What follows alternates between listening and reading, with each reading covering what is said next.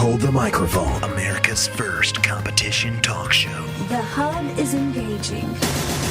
Talk life.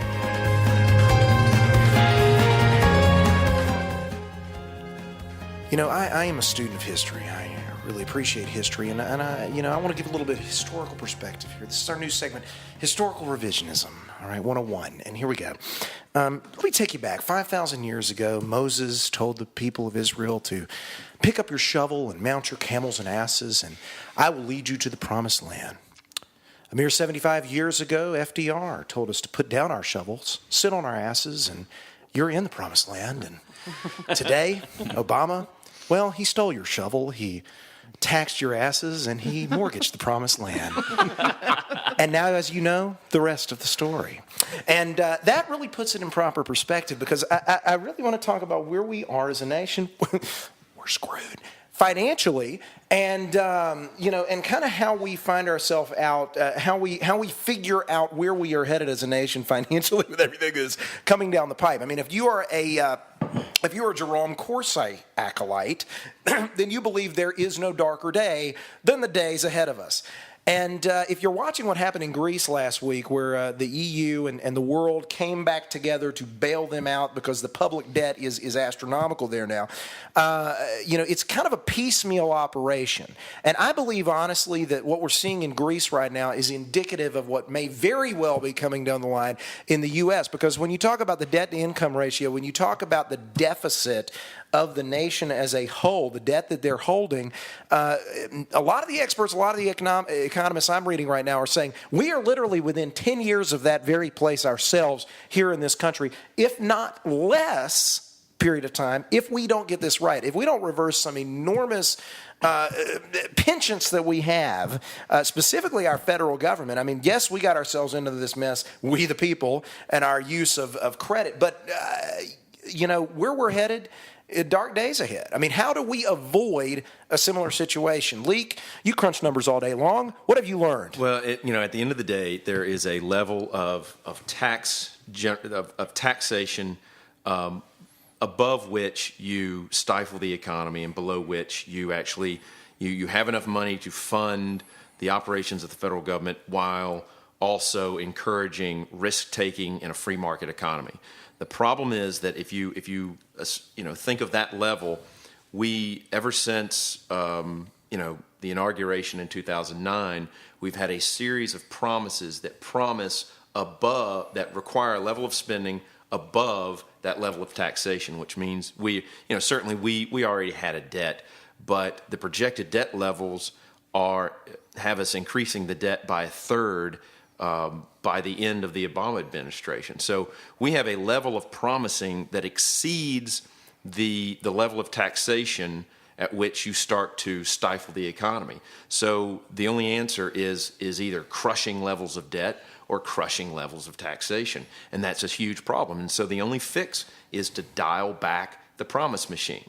Yeah. Well, and here's the thing. I mean, they're saying that this may affect the euro. This may destroy the euro. And it serves them right, quite frankly, Europe, that you tried to out-finance our monetary system. You tried to come up with a euro that was going to put us out to lunch, and nobody outprints wealth like the U.S., all right? We own the corner on the market on fiat currency, and you do not beat us on that.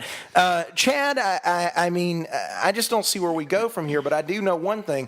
If we continue to borrow and print like we've got money till we run out of ink in the printing press at the Treasury, we're in trouble, and there's no way to go but down at this point.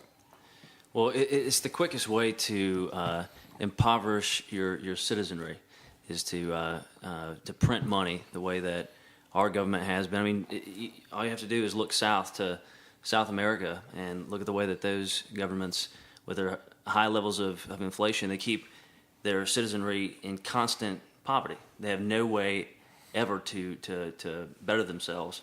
And, it happened it was a little over 100 years ago that Argentina was one of the 8 largest economies in the world. And they, the inflation bug got them, and look at where they are now. We could easily find ourselves in that same position if we do not get a hold of some fiscal restraint in this country. Well, and I was at the Marietta Greek Festival over the weekend, chugging down Greek coffee and eating my gyro, and talking to my Greek friend. And I told my Greek friend, and she told me, the situation right now is that everyone in the West looks at Greece, everyone in America looks at Greece and says, these people are just lazy. And she said that's not the truth of it. The truth of it is they are getting paid more for government jobs than they are in the private sector. And it has set up a situation where you just, suck on the teat of the Fed, of the government there. Newsflash, the same thing is going on in this country. No sector of the economy is growing like government right now. And the average government salary for a same level private sector position is about 40% more. And that's happening in the U.S. Yeah. We're a mirror image in some ways. Michael? Yeah, it's classic transfer of wealth. You take from those who produce and give to those who do not. And eventually those producers are going to produce less. And so as we produce less, then our country becomes weak. It's not only a financial economic issue, but it's also a national security issue. Because if we're weak, then others will take advantage of us. And we see Iran and others, North Korea, that are building their military, using their resources for that, while we're imploding here in the United States. Yeah. Brooke, what say you? I was just thinking, if you look at Greece's scenario and that they're making more money with the government, essentially we're down that path already, because if you look at union wages versus private sector wages in some cases, you can see that there's an off there. That is essentially what the federal government is moving to do now, is to bring more people onto the federal government rolls in the United States, which is essentially going to be the same thing. And then what happens is you have entire generations that say, but I deserve that. That's what I was promised. That's what I was promised. And so what happens is it's not...